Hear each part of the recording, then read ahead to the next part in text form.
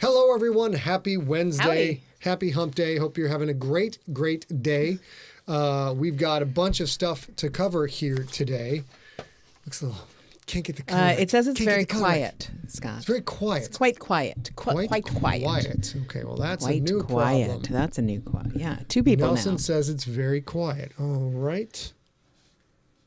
Aloha, Joshua. We're- Well, Nelson says now it's not. Now it's fine. Okay. 'cause Yeah, we're getting, Oh, yeah, because Scott was muted when he first came in. there That's we go. probably That what it explains was. it. Can That you- explains it. Do we need that red thing or no? We can. Oh, there we go. Nice. Happy? Yes. Are you very happy now? I'm Look at us. quite quiet and Look at quite us happy. all in black. I mean, this is no surprise for me. This is how I we was do. at PT this morning, and he said something like, my PT said something like, "Oh, I'm working with A. She's the one in the black," and every other person in the room was wearing all black, including me. So it's kind of fun. That doesn't normally happen. Hey, Tori, how are you? Let's see if I just get a Ooh, little hey, bit. Steve Rickyberg, nice to see you. Richard Bennett, good to see you too. We do have a ton to talk about today. This is a pretty normal episode so far, as we're going to have some Siglerbrations and we're going to have some junkie pics and some pet pics and all that jazz. Pretty chill. We have a couple of updates that are good updates, but not really expansive updates about shipping and stuff like that. So we're going to start, I guess, because this week I let Scott. So we in the Lair of Doom 2.0 are doing something called Lowvember this month. We're trying to kludge back in like better eating habits before the holidays. Maybe not as many drinks during the week during the holidays. Things like that. We're working on that and trying to get some more exercise, spend some more time with each other, with the dogs, that kind of thing. It's going really well for both of us, but it meant I couldn't choose an always be eating on camera choice of day, so I let Scott pick, and he picked National Unfriend Day, which is today. Yes. You all made the cut, so don't worry. I guess. I hope. I don't know. I hope I made the cut too. Yeah, I don't right, know. I'm going to have to keep working. I found an app that seemed to fix our color issues, and now it's not quite fixed. So, we talking about... Yeah, we're going to talk about why we love National Unfriend Day. This is great. I just learned about this today because A had, as she said, she had set up National Fast Food Day, which I'm to try and avoid. Huge fan of fast food. I love McDonald's. I love Wendy's, Burger King, Taco Bell. Yeah, so yesterday was National Fast Food Day, which I tried to choose instead of the choice today, which was National Homemade Bread Day, which I think I chose last year. And that resulted in 2 loaves of bread being eaten in one day in the Sigler household. So I couldn't do that during Lowvember. I chose Fast Food Day. He was like, oh no, there's no, that's not happening. So he chose National Unfriend Day. So, National Unfriend Day, I figured this out, found this. I think this is great. So this was a bit started by Jimmy Kimmel, except some of the reasons for Unfriend Day are great. Number one, a fresh start. How many friends do you currently have? Do you keep in touch with them? Do you really need to stay in contact with them? Is it common for friend lists to grow out of control? Trust us, we all do it. So the answer to the last question is no. Then take a few moments, start from scratch by deleting anyone you haven't talked to in the last year. Also, life is short. If there are people on your Facebooks that absolutely drive you crazy with their batshit insane, non-science, etc., you don't have to follow them. You don't have to engage them. You don't have to argue with them, because your argument with that person ain't going to change them. They ain't going to change you. Be sane. Be happy. But I will say this. If you haven't spoken to somebody in a year, but they are, I don't know, people you grew up. There's a handful of people I went to high school with. There are a handful of people that I went to elementary school with who are part of my Facebook group. And I don't talk to them, but I am glad to see them out there. I actually follow, and with great fondness, and I don't know if my brother is here on the chat yet, but I used to sit right behind, always right next to, when it was alphabetized seating, a woman named Abby Studell. And I still follow her to this day because I've always followed her. And I don't interact with her a lot, but she's lovely. And I'm super happy that she's happy and all that other stuff. So you don't have to unfollow her. Yeah, you don't have to. But if they're making you crazy. But especially the thing is drama. We're trying to work to cut down a little bit of the drama in the house right now, which is going to wind up being very weird because we have a potential Hollywood thing going on that's chock full of drama already, and it probably won't even happen. But, do you have friends who air their dirty laundry online? You have friends get into an argument with other thing. You can watch, you can do that. That's all fine. But also you can unfriend them and just generally have less anxiety. Also, unsubscribe from those email lists you're not doing anything with, if they just show up and you delete them, unsubscribe, one of these days you'll hit in on your email and there'll be nothing there and you'll be like, As you guys great. know, I do a lot of logistics for us, for Scott specifically, and I have another client who you may know as one of the former hosts of Mythbusters. I do a lot of unfriending because it's so easy to get, I'll sign up, I want to know more about it, and then you realize, like, yeah, I'm done learning about this. I just never need it. And you forget to unfollow. So all that stuff is healthy. I also learned in the last 15 months that it's okay to, end a friendship. So you can do that too. No harm, no foul. And coming up in a couple weeks, we have got Steve the Iceberg Ricky Berg's Junkies Party, a marathon of hanging out with your fellow junkies. Have a beverage if you like. Don't have a beverage if you like. Do whatever you want. You can have the fast food if you're not doing November like me, but it's 7 hours of hanging out on Zoom with other junkies. I am almost never there. A is there usually for a little bit. I really like it. I think it's really fun because you get to know people instead of like here. You guys get to kind of ask us questions, but we don't get to interact with you very much. But this is a different version of that where we're all talking to each other, and I've not been there where it's ever too crowded for Steve to manage. He's always really good about the whole group. And I will say, a lot of these are familiar faces. It would be great to have somebody new. You can pop in and out. I will be there on December 4th for sure. And I'm going to make you guys Rob, look at my Christmas tree. I don't get that joke, Rob. You'll have to explain it to me later. And guys, we've been waiting on sending out a new newsletter with the key information because we're waiting for a development which A may or may not talk about. It's up to her. But you should be signed up for this because with all the crap on Facebook, eventually that's going to go away. I keep telling everybody they keep throttling it down. So now a normal post I would put up of something funny that would get, say, 100 likes and 500 views. Now that's like 10 likes and 50 views.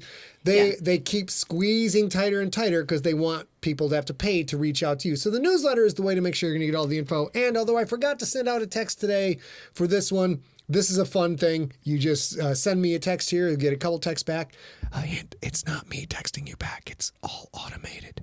And then but it is you creating the initial text every day. The initial text, yes. But now there's a robot clone of me that is texting. Terrifying. So I won't engage, but I will send stuff out like notices of new episodes, things coming up. We try and let people know about the live stream. So if you're not doing anything, you come hang out, have a good time, and not be stressed. We try and do this so that you are not stressed. And he just said he does not respond. If you reply there, that's not actually him responding. You guys know how to do that. If you have a problem and you get a community text from him saying, hey, and that reminds you that you have a thing to talk to us about, info at empty set, you guys. Info at empty set. That's the way to get it. And I know, I've talked to a handful of you on Facebook recently because you happened to pop up while I was on Facebook. But the best way to do that is info at empty set. All right.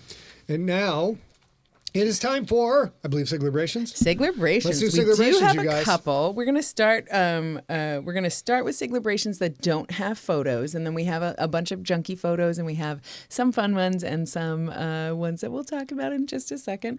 But the Siglerbrations without the photos, we have Mike Thompson, and I know you're here in the chat room, so congratulations to you. He says, "Very sorry for the late email Siglebration.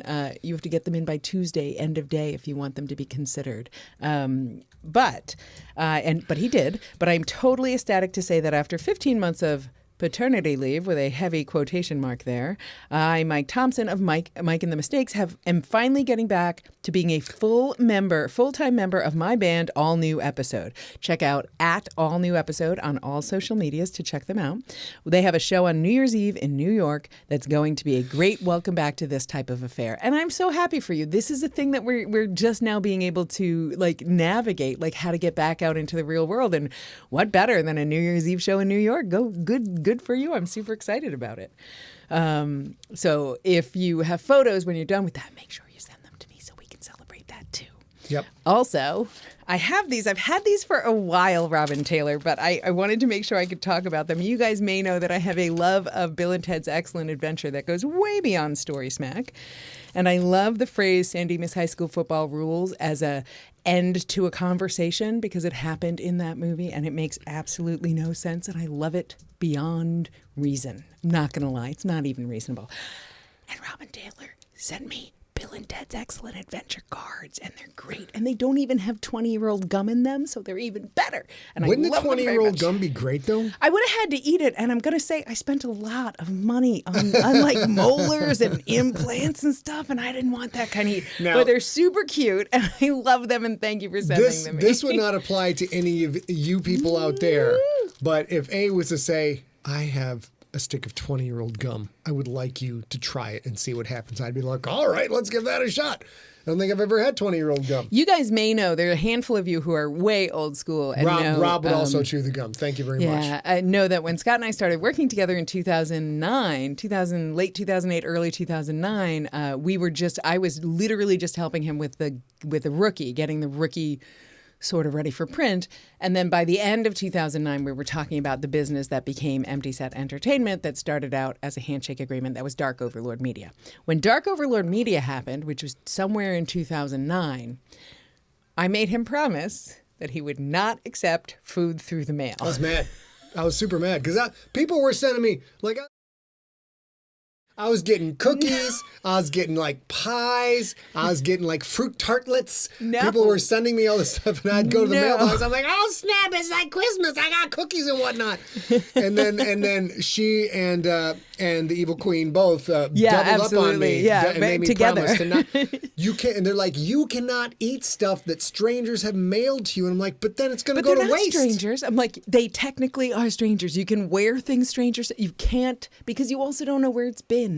But he kind of got back up in my face about it this past June because, as you guys may know, we got married last June in 2020 in the pandemic. And of course, we celebrated our first anniversary also locked down here. But I ordered from a friend of ours. Watch out, this is going to be loud. I don't know how to fix Strawberry, this. There we go. thank Okay. you. Strawberry Plains Patisserie in the Bay Area made a special, what she calls millionaire bars, which are kind of like homemade, gorgeous, lovely, insanely good Twix bars, kind of like chocolate on the top and caramel in the middle and shortbread on the bottom.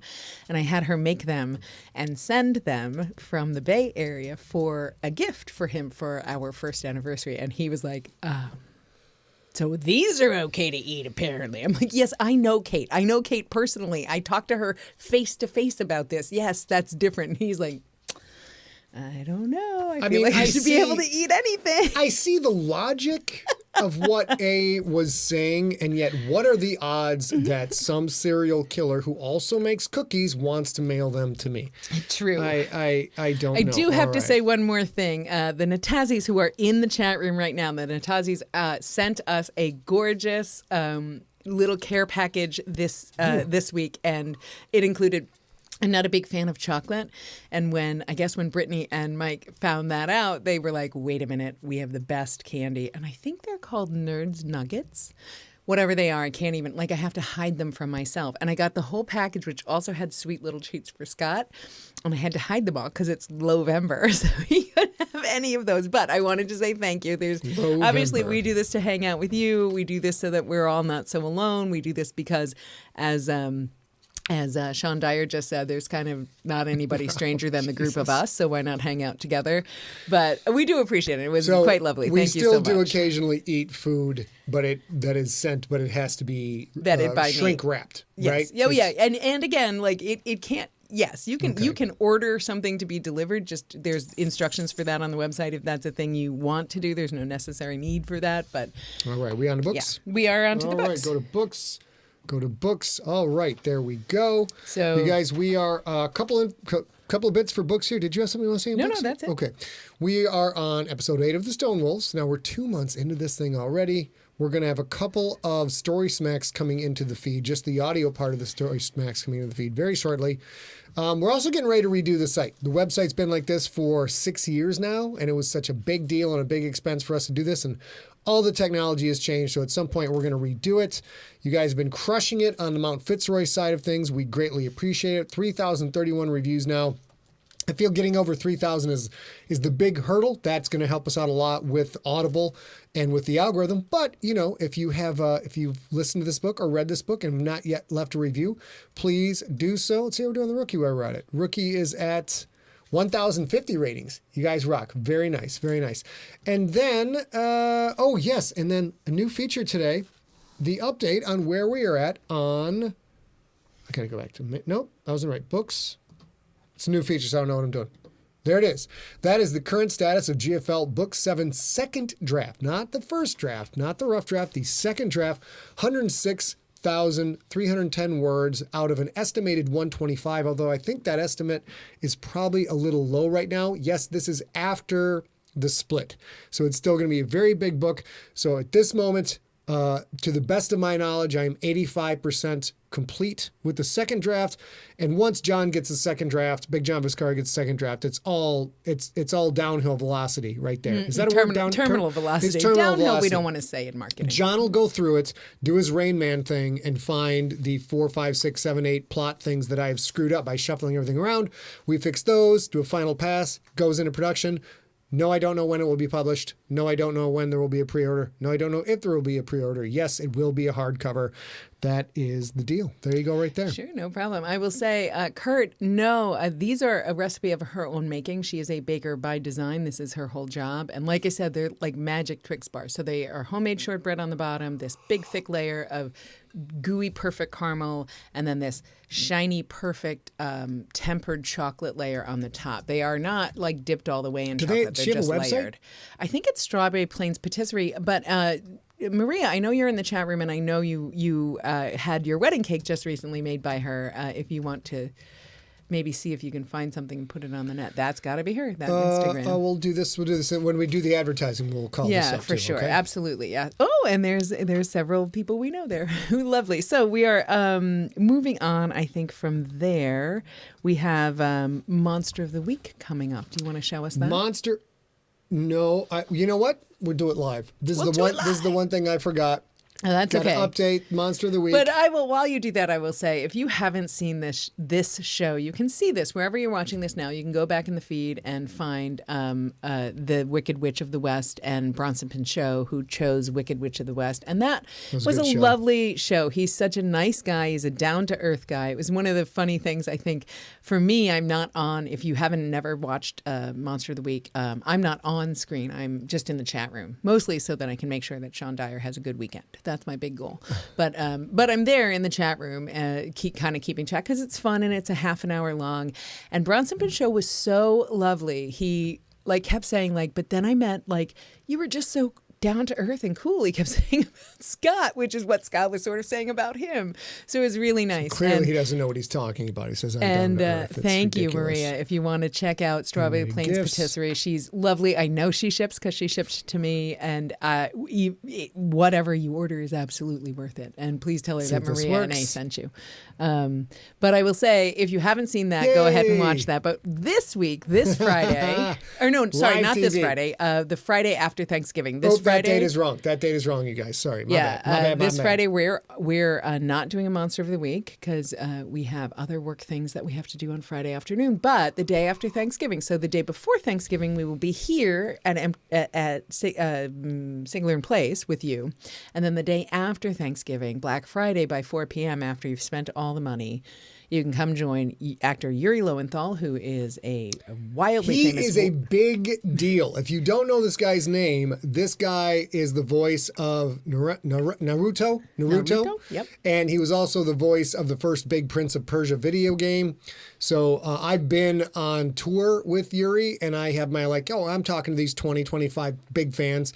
Walk in room with Yuri at a sci-fi convention, and it's 2,000 people mob his ass. So and he's just such a nice guy. Delightful guy. He and his wife are awesome people. We're going to have her on later. But this is going to be super fun. And of course, he's an 80s kid, so he wants to talk about the Beastmaster and the Winged Devourers. These monsters are known as the Winged Devourers. So we're going to talk about Winged Devourers and digesting things before you eat them and all things that are great about Beastmaster. It's going to be an awesome time. You guys should join us. And if any of you out there are voice actors or interested in voice acting, he and his wife wrote a book about how to be a good voice actor. And I'm sure those questions would be welcome too. So join if you haven't. We should talk about that. That's a book I've used to help me be a better voice actor. So it's great. Also, Brian, Spiked Bonus, very nice to see you out there. Same with you, Boz. Very nice to see you out there. Thanks for joining. Thank you, Mike. Appreciate that thought. Okay, so we're going to have a very quick fulfillment update now. We've talked about this for a few weeks, and we'll continue to talk about it. I don't have a ton of updates, but they're all good updates.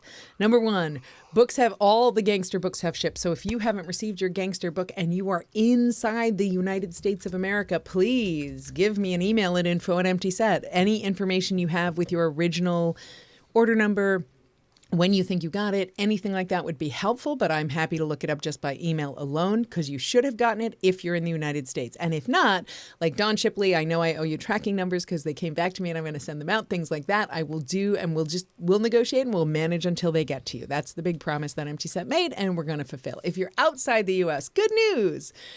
Books are arriving in Australia. Books are arriving in New Zealand. Books are arriving in the UK. Books are also coming back to me if they have gone through that process and come back. We've had a couple for the UK and a couple for Australia where people moved in the 2 years in between ordering.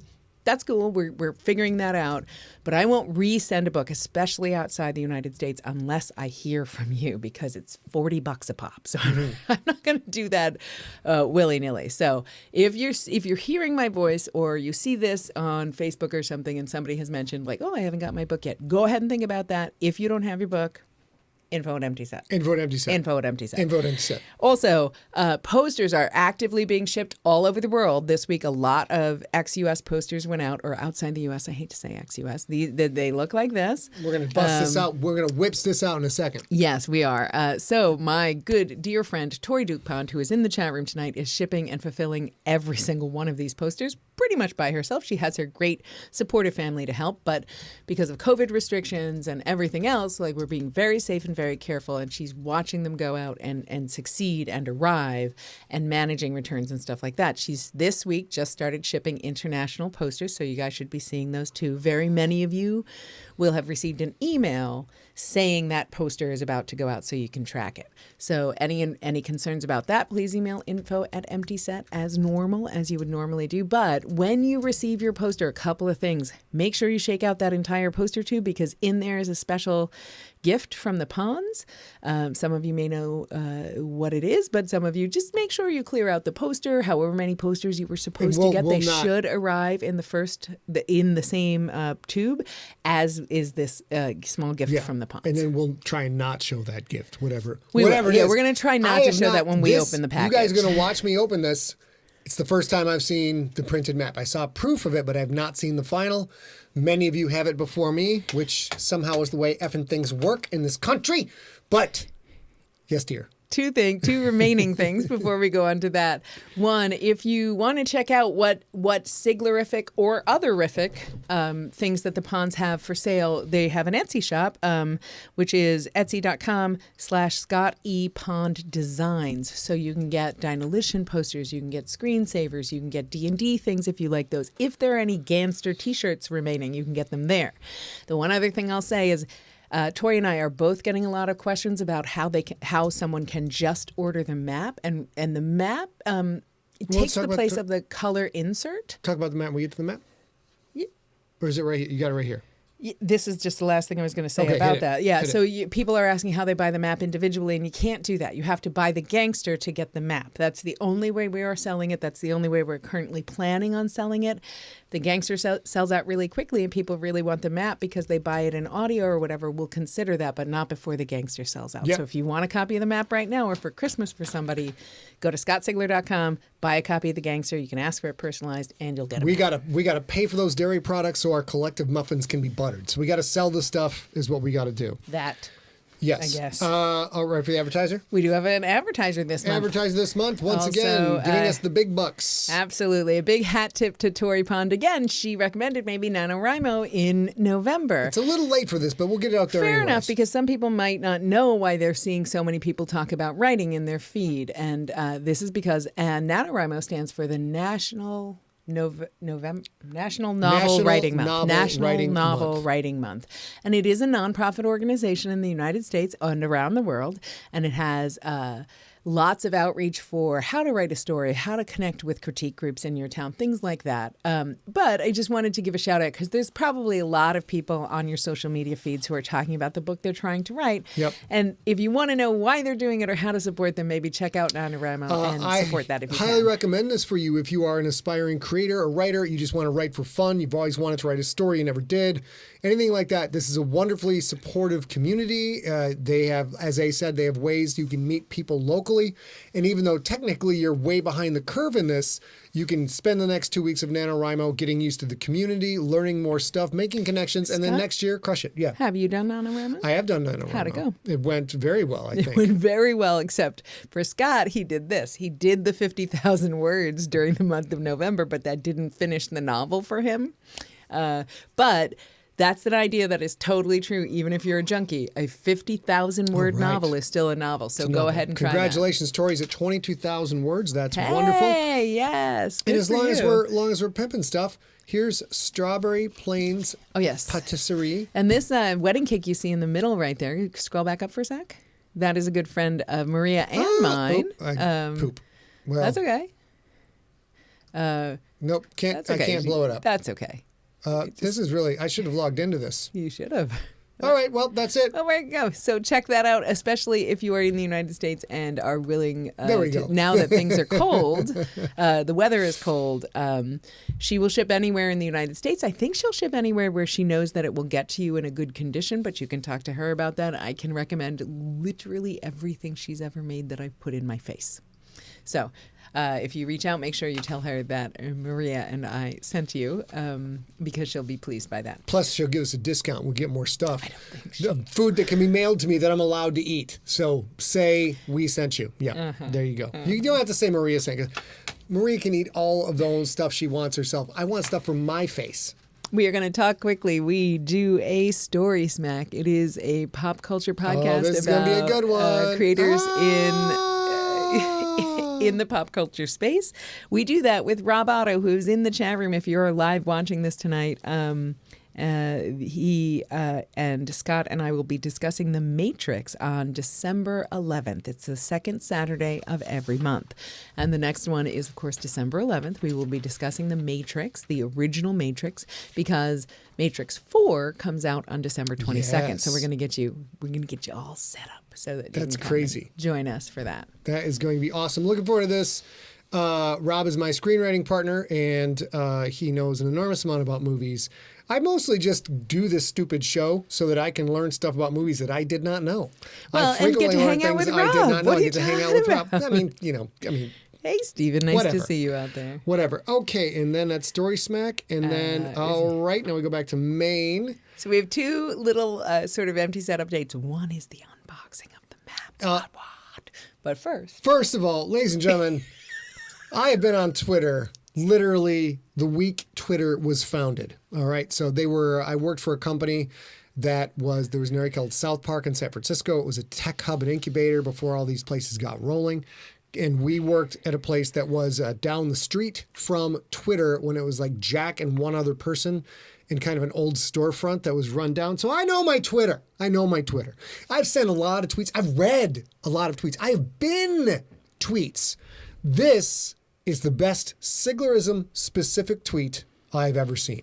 As you may recall last week, I announced live, we do it live, announced right here that we'd be splitting GFL Book 7 into 2 books, meaning that the GFL series would end not on number 8, but on number 9. And this person sent this tweet, and if this person stole it, I don't care. It's incredible. Wow. Just heard that Scott Sigler's new GFL series book is actually, well, those of you who know anything about the Star Wars and the Star Trek and the Battlestars will appreciate this. Also, Jerry Ryan, the hottest android of all time. I think that's pretty safe to say. Although, what was the one? Not Mimic. What was that one? Splice? Straight. Can't remember. Anyways, this is very funny. I just want to share that with all of you. But this was actually like layers upon layers, because to be fair, we were watching Only Murders in the Building, and he was like, wait, we got to pause this. I got to send this to you. Look, if you don't get this. If you don't get this, we're divorced. No, he went like this. If you don't get this, no, it's okay. It's okay. Well, okay, just see if you, and I was like, I get this, but it's very clever. So yeah. No, that's let me tell you the way A said it. Usually I go to A with things and I'm like, this is incredibly funny. You have to see this. Watch this. And she'll go, oh, okay. And then she'll look at it and it's not her sense of humor. My sense of humor is my own and it is unique. So she took the phone like, okay, best tweet you ever saw. And then she'd be like, okay, that's pretty good. I mean, it was really well done. Pretty good.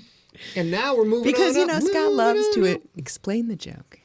And that tweet. I'm not even going to explain the joke to the people. You know what? That tweet didn't explain it. I would like to point out the tweet explains everything, and you're the one who actually had to say the numbers to explain the joke. No, because I read Michael Grace. No, I read. But what I'm saying is, I got it even though you didn't have to explain the joke. Ah, okay. So now we're unboxing, which again, we've never seen the finished poster until right now. We haven't opened it at all. We are going to hide the little surprise from the pawns. Jenny Carr Greenwood Species. Thank you very much. That is also hey Jenny, nice to see you. Very attractive android. Okay, so here we go. The fact that where are we going to put this? The fact that the map is literally straight out of my imagination, and yet a lot of you people have it, and I don't. I'm going to complain about that nonstop. Okay. That's my fault. Oh yeah, okay. Need an assist? No, I see some issues though, but all right. That's okay.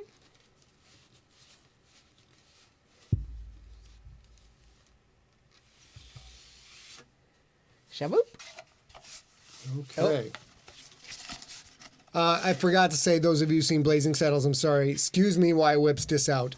Here it is. Shall I hold part of it? Let's see if I got this right. You got to hold this part. Okay. Okay, here we go.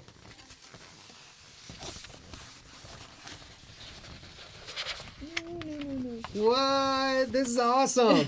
I invented this universe. Well, not the actual universe, the adaptable universe. This is great. Scott Pond, John Vizcarra did a great job on this. It's just good. Awesome. Smells good. We're going to get this bad boy framed up. Let's see if I can. Let me have it. Okay. Just get a little bit closer to the screen. I don't know if you guys can see that stuff or not. But, so, let's talk about this for a second. The people who want this and have not ordered the Gangster hardcover, I'm going to make this simple for you. I'm going to give you an offer you can't refuse because I'm crazy. I'm insane to offer cars at these prices. We don't know if we're going to sell these. Can you hold that up, baby? Of course. We don't know if we're going to sell these individually because it's a limited run. But a poster like that for Star Wars, Star Trek, anything is going to cost at least $15, probably $20. What's the price of the GFL hardcover? $32.95. $32.95. You get a GFL hardcover. You will get that map for free. I will say this, not as a hard sell, but the hard sell is. Suspense. The hard sell. No, I forgot what the hard sell is. That you have to buy that. Like right now, we need. Let's put those hands down. Don't point to things for 1 second, so I don't get distracted. The hard sell is, as we get into book 7, 8, and 9, and then eventually into the crypt, having this up on your wall somewhere, at least available to pull out while you whip this out, having this available is going to make your reading or listening enjoyment of the 3 remaining GFL books, all of your rereads of the GFL and the Crypt, the entire series, how many books I do with the Crypt, it's going to make it a lot more fun. Because in the Crypt, the system of travel is identical to the Galactic Football League, in that speed of light doesn't mean you can just go anywhere in the galaxy and then show up at another place simultaneously so points can't be defended. It explains the whole choke point thing right on the map. So you come out in a window in an area, even though there's not a Stargate, you're coming out of punch space in a specific area, which means that area can be defended in a tactical sense. So there's going to be a lot of warfare going on in the Crypt, where having that map handy, I think, would be very titillating and very fun for you to stop reading, stop listening, go look at the map. Oh, they're going to go here, here, and here.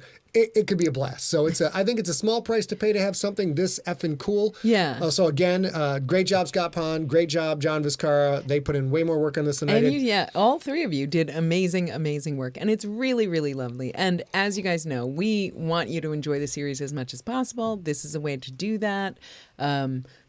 The Gangster will be a collector's item, as you already know. So if you really, really want that poster, right now, go ahead and get that book. If not, hopefully we'll figure out something in the future. But we can't think about that at the moment because the gangster is live for us. So. Eventually, we will make it digital so you can go in and zoom in on it. But for now, that's the only way to get it. And that is the final, I got to tell you, that's the final form of something I have been doing since like Adobe Paint. Like I have been working on that map. I think we have hand-drawn maps. So the content on that is the basis for the GFL and the basis for the crypt. Exactly. I've been working on that map for over 20 years, probably 30, maybe more than 30 years. Like I started this crap when I was back in the 6th, 7th grade.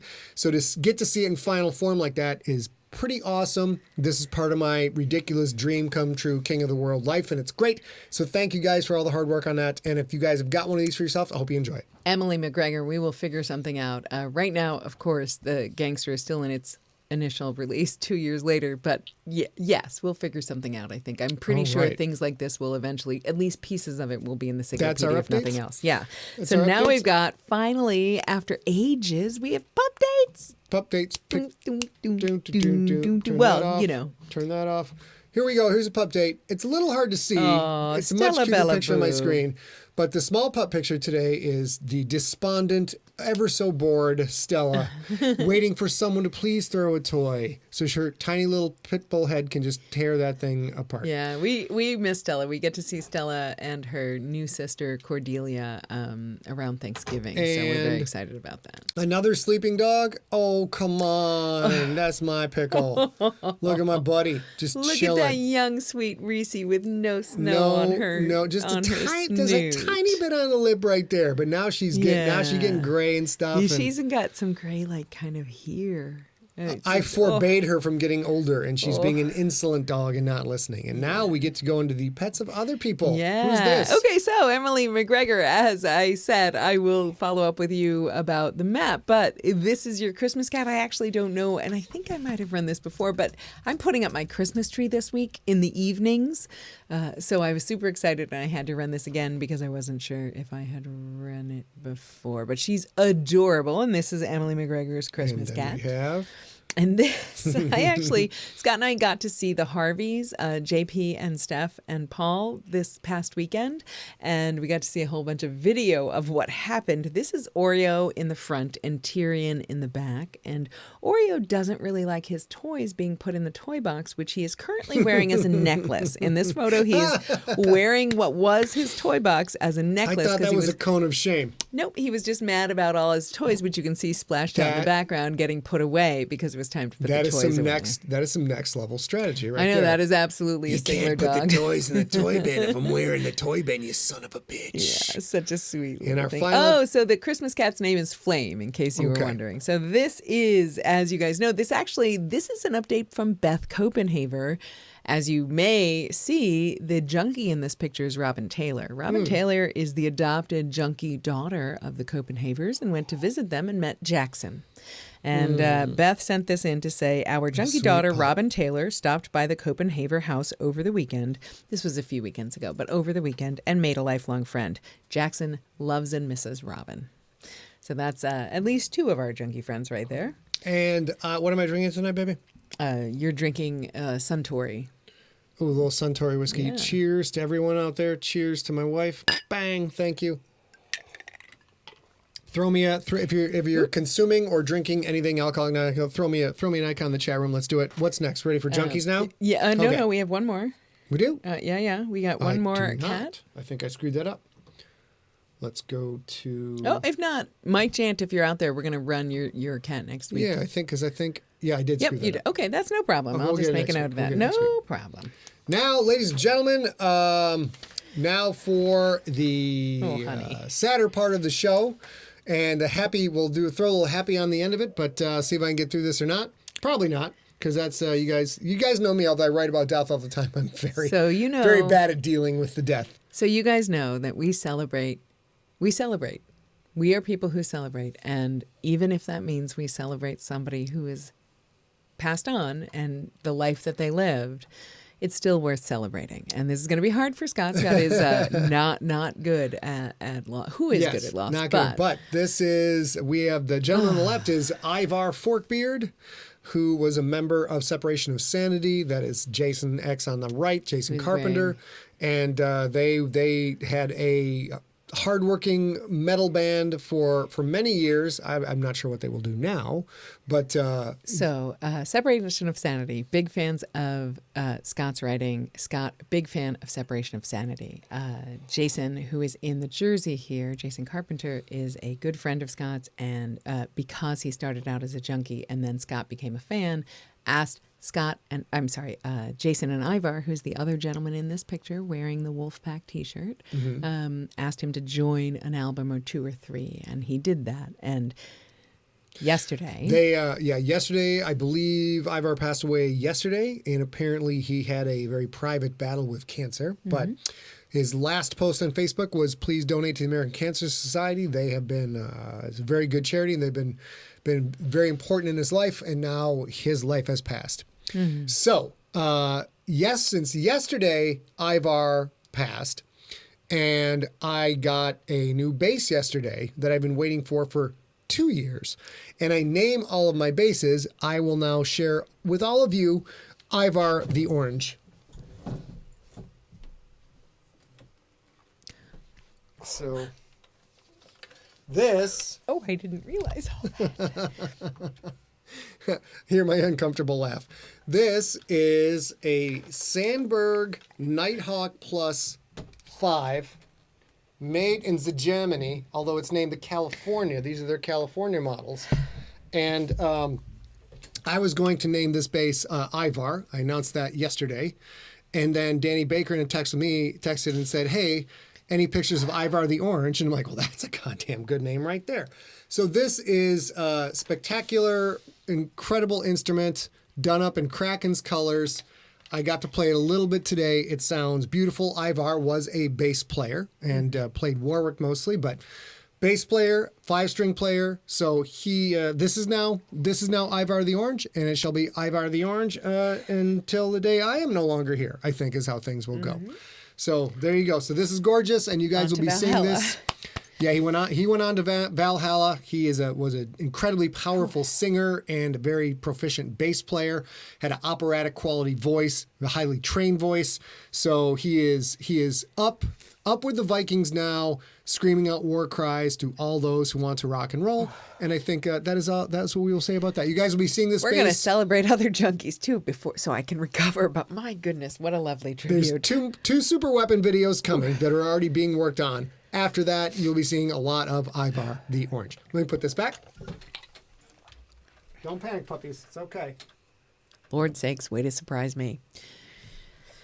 Super composed. All right. We have, I think that's... we've got a couple more junkies. Yes, please. Let's do the fun thing. Let's go to the junkies. So there's the boys right there. Also, look, I know I'm a tiny human being, but look at these two dudes. Jiminy Christmas. All right, moving on. Oh my goodness, you guys, this is the best antidote to my sadness. I'm not sure if you guys know this by now or not, but this is my good friend Kelly McArdle and his gorgeous wife Jerry somewhere in the early 90s. And Kelly sent this to me by text sometime in the last couple of weeks, and I was like, okay, wait a minute. Is that lens flare? He's like, no, it's 90s lens flare that was added in afterwards. I can't love this more because it's absolutely not a current photo, and it's still gorgeous. I don't know if they were gorgeous. I don't know if they were married, but I know that Jerry, you're in the chat room. Were y'all married then? All I can say is, Kelly, I'm glad with this smoking hot look you've got going on that you were in a picture with someone you were in a relationship with, because holy cats, look at that mullet. Look at that porn stash. Gorgeous is not the word I would use for it. I would be like, they were still dating at the time. Does that man have a white van with no windows registered in his name? That is unfair. Come on. Yeah, I also want to know, Sherry Hare asks, what do the shirts say? And I did not ask that at the time, but because I was so stunned by the gorgeousness. I think they both say Wong.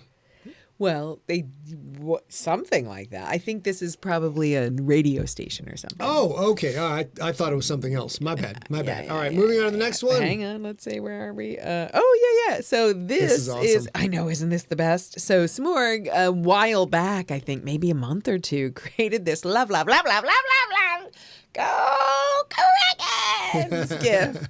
And Scott said, please send that in to us. And we are finally running it. So if you somehow are here this long watching me blubber up and everything else and have not read the GFL, you will love Denver when you do. And this is probably Denver. It's super fun. Also, apparently on this show, we can play animated GIFs. So if you make any kind of meme GIF that involves me or Siglerism, and it's not it's not completely too dirty, we can make those, send them into Info Empty Set, and we can get them on the show because they're kind of fun. Sir. Yes, ma'am. I have to go back a moment to the McArdle photo. Okay. Apparently their shirts say, we put out Of course.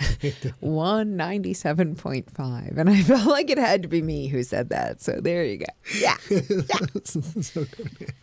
Right, I will catch many, many passes. Okay, so this is super fun. The Mario, who I think is still in the chat room, took his family to Houston because his son was, his older son was part of the Miracle League All-Star in Houston. And I want to say earlier this month, but it might have been at the earlier last month because we were a little bit delayed with all of our stuff this last week.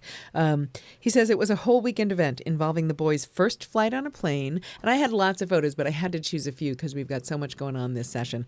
First flight on a plane, a day full of baseball, a dinner and an award gala that evening, and then they also got to go to the Houston Zoo and this one of the Johnson Space Center, which is, of course, spectacular. And then his younger son, and I still have this picture, I may run it later, apparently loves Lamborghinis, so Mario took him to a Lamborghini dealership so he can look at the cars. And they said it was a really lovely thing. So those are the two photos for that. We have one more photo, which you guys need to see because we're running out of Halloween time. Guys, is this spectacular? This, from a haunt in Connecticut, I think, is he is about 8 feet 6 inches tall at the antler, and the roar he used for it would wreck his throat if he wasn't overdosing on thread drops. And this is our friend Sean Dyer. And I think this is spectacular because, one, it's COVID safe. You know, you have definitely social distance. You definitely have the social distance going on. 2, I would absolutely scream and pee my pants. I'm not even going to lie. I can't even front. There's nothing I can do about that. There would be shatting for sure. Oh, my goodness. I'm just seeing if I can zoom in a little bit. Yeah, it looks like a haunt in Connecticut for sure, Making the Mistakes. Isn't this great? It's so good. So good. All right. And, you know, I loved Don Shipley also did a haunt in Portland. And I know, Mike, in Cleveland, you do a haunt too. I'm not sure how they went this year with COVID, but I love Don's had an approach for COVID where everybody wore masks that were airbrushed. And of course, this is also COVID safe. And I love them both. It's very nice. It's really, really incredible. All right. Now we're on to, I believe, Junkie Question Zone. I do think so. And I got one question from the chat room I took a picture of. Brocanis, if you are still out there, 13 people on YouTube. Nice. So we'll do Brocanis' question first. Brocanis says, hi, Scott. I've been reading and re-listening to Ancestor. I was wondering if you would have ever considered or would consider basing a novel around Farm Girl. I love what she added to the story. Have I ever considered it? Absolutely. It'd be pretty fun. What I would do with it, I think, is take her very far back in her career before she had some of the incidents that sort of pushed her over the edge and led to the thing that she did that got her kicked out of the NSA and basically had an if you ever open your mouth, we're going to kill you order on her. So she didn't just arrive there. She has an incredibly accomplished skill set, clearly had to put in a ton of work to become that level of agent, that level of operative.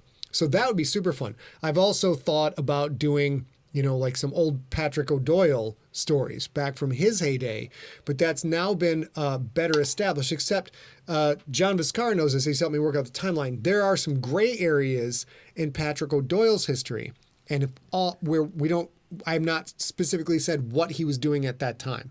So he was in the Ancestor prequel fiction, the one that's not in the book, that was only in the podcast.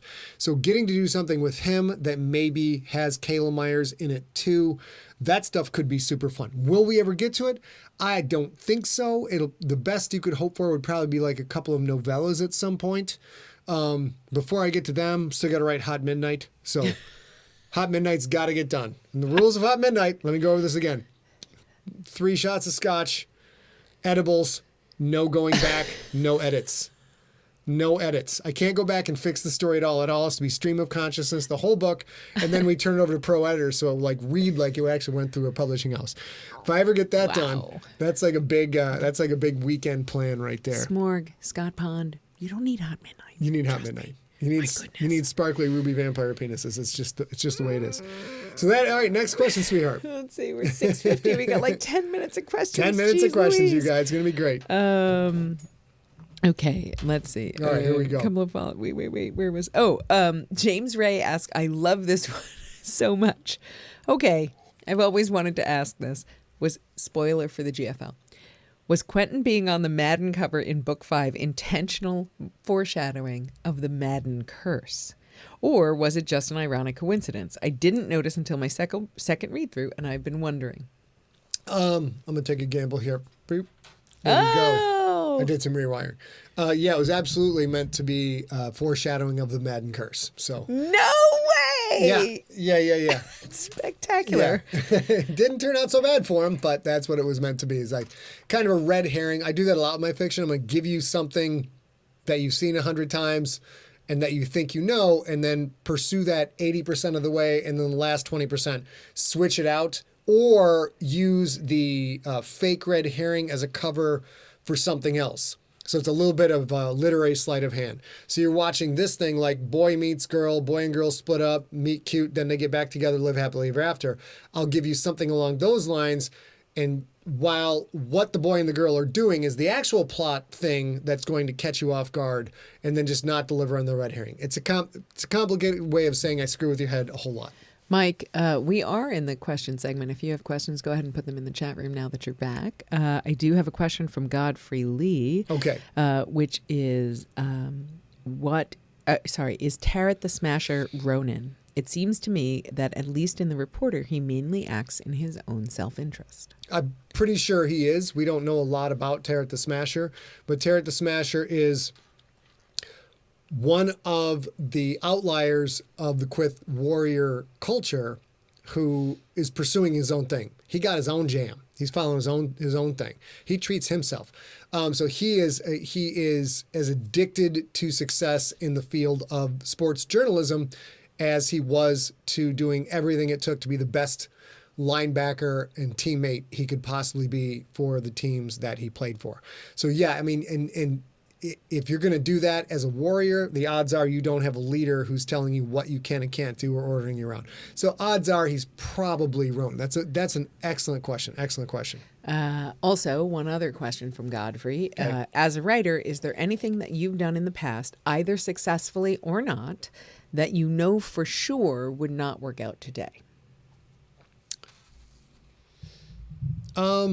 Yeah, I think so. I was talking about this the other day. I was doing like a one-on-one tutoring thing with a writing student, and the thing I did before that I wouldn't do now is I was heavily influenced by Tom Clancy back in the day, and Tom Clancy has a different kind of mind.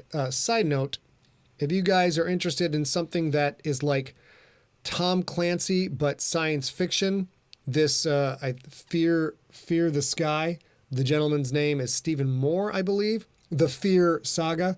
This is like reading Tom Clancy with aliens. It's just an insane amount of research and the ability to categorize, link together, and present the research in fictional form so it blows you away but doesn't bore you to tears. So since I was influenced by Tom Clancy, I would research the crap out of stuff and then give a very long-winded explanation for how things works. The thing that sticks in my head the most is the flywheel generator in the C5 Galaxy in Ancestor.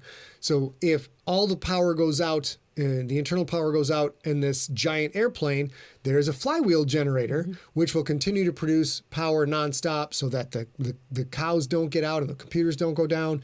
And I think when I was done, the explanation of the flywheel generator system was 17 pages long.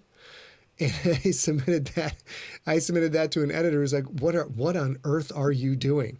I'm like, this is all real. This is actual real science, and this is going to be a thing. Like, this will be a major thing in the energy shortage. And like, so I'm like, I'm ahead of the curve. I'm like telling people what's going to happen and put all these things together, and here's how it's going to go. He's like, nobody gives a damn. Nobody cares. What on earth are you doing? What on earth are you doing? This is so boring. When you get this is so boring from your editor who's paying money for your story. It's a bit of a wake up call. So that's the kind of thing that I don't do anymore. Even though sometimes I think I can see where things are going. Now I keep it very short. Case in point, I'll say this when we go on to the next question, is a lot of the stuff that we're going through right now with science denial and misinformation regarding the pandemic and the effectiveness and safety of vaccines, et cetera. If you ever go back and reread Pandemic in 2015, before Trump announced his presidency, before any of this stuff happened, before COVID came around. I mean, you submitted it in 2014. Yeah, I submitted it in 2014, wrote most of it in 2013, and there are social media exchanges on the pages as tweets, as texts that sound like they are written today. So that's the kind of thing. So I'm like, eventually, if you call people stupid and horrible long enough, eventually they're going to take that as a badge of honor, which is something that is absolutely coming true in our society now, has been true for a lot of years. People are taking pride in ignorance, taking pride in stupidity. And that was something I talked about in Pandemic. Now, I could have spent 18 pages explaining why I think this will happen, but what I did instead is like, this is the way things are going to go. 2-3 pages, partial pages, and done. So that's what I have learned. I don't need to explain all my thought process behind why I think things are going to be a certain way. Just show it, and then people can figure it out on their own later. Yep, just like movies. Do not show if you can. Yep. Do, not show. Chris Grohl backs up my motion on Fear the Sky. Go ahead, baby. Kim Hansen asks what your favorite holiday foods are. Pumpkin pie, sweet potato pie, apple pie, chocolate cake, turkey, green bean casserole, tuna noodle casserole, turkey burrito, Sigler style. Am I missing anything? Oh, ham. That honey baked ham. Get the F out of here with the honey baked ham. I like that. If it's going to be a Chinese meal for Christmas, which is happen, I do like the deep fried egg rolls.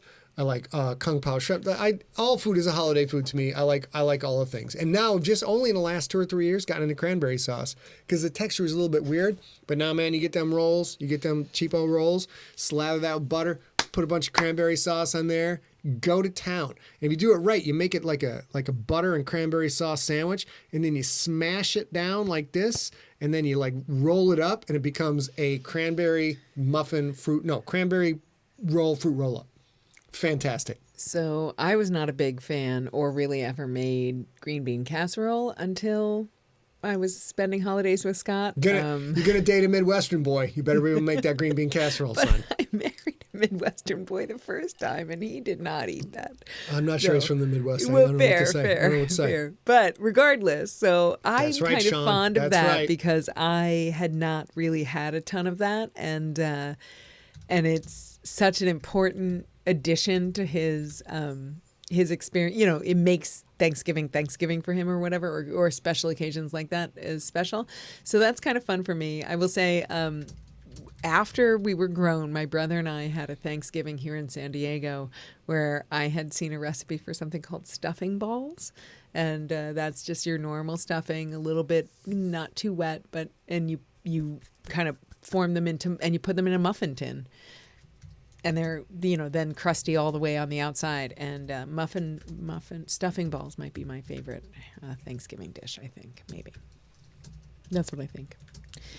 We just had somebody email or talk about an email they sent where they didn't hear back, as usual. send that to info@emptyset.com. Sometimes we can't stay up on everything, no matter how hard we try. We do get we get an enormous amount of information. So the fact that we keep up on it as much as we do, by which I mean A keeps up on it as much as she does, is quite fantastic. Oh, Lisa, yeah, send it to me. And I'll check my spam just in case. I can't believe I didn't get. I would have known if you had sent it. Yes, Lisa's also taking voice lessons, singing in the chat room. Breath support is a huge part of singing. I can tell I'm going to be learning at this for a long time. However, doing stuff Sigler style. I'm not waiting till I know how to do it before I start recording songs and putting them out. So there you go. So I think we're probably pretty much done. We will be back next week, right? We are definitely going to be here in the United States. Let's see if we can get through our boilerplate. Ready? Well, hang on. In the United States next week, it'll be the night before Thanksgiving. So we're going to kind of tell you guys why we're thankful about you.